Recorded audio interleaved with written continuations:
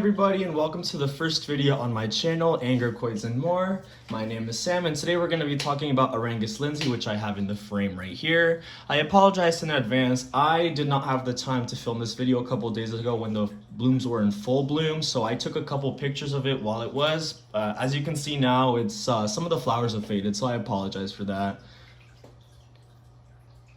Alright, now a little bit about this plant. It's a primary hybrid between two Aerangis species. The first one is Aerangis rhodosticta, which is native to Cameroon and Kenya.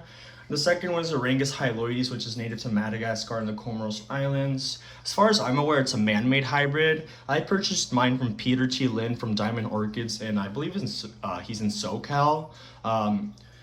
And yeah, I received a really good plant. I highly recommend him if you want to order some Aerangis species. He has compact cattleyas as well, so he has a pretty wide selection, so I'd consider checking him out. A little bit about this plant. It's a really small Aerangis species, as you could tell. It's no more than 4 or 5 inches across, and it's already blooming size. When I received it, it had 2 spent spikes on it, so I mean, I assume it blooms at an even smaller size than this, which is really surprising. It doesn't have many roots, as I can see, because of the moss covering them, but there's a little root tip coming out from the bottom. I don't know if you could tell, it's right there. A little bit about the culture I give this plant.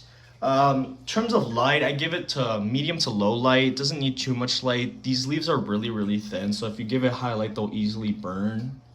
In terms of water, I need to water this plant daily since it's on a mount. You really want to water in the morning because you want to make sure it's dry by the evening. What I usually do is I just dunk it in a bowl of water and I just leave it there for a couple minutes, sometimes up to an hour. One time I even forgot for a whole day, and I just came back the next day and I was like, oh no, my Aerangis is still there. I thought I was going to lose it, but it was fine. So yeah, you can just leave it for a while.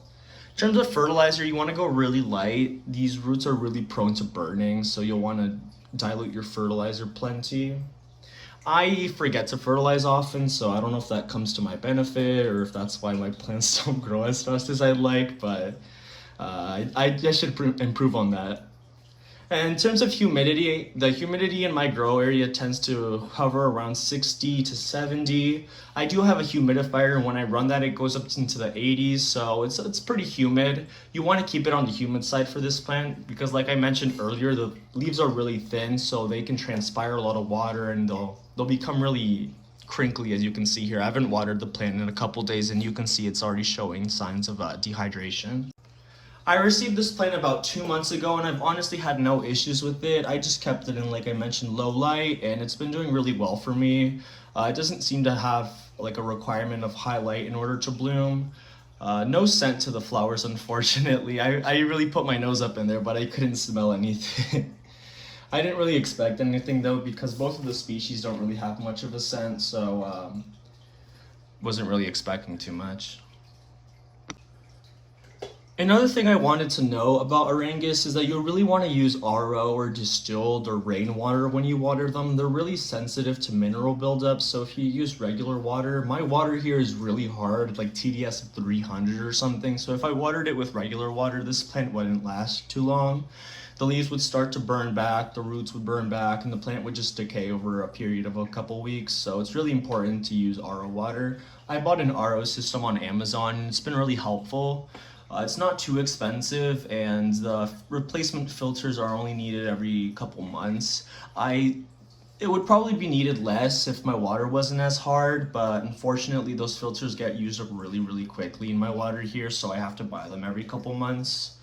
But like I said, the RO water though is really worth it. I use it on all my orchids and they seem to really like it, and I haven't had any issues with root burn or leaf burn due to mineral buildup.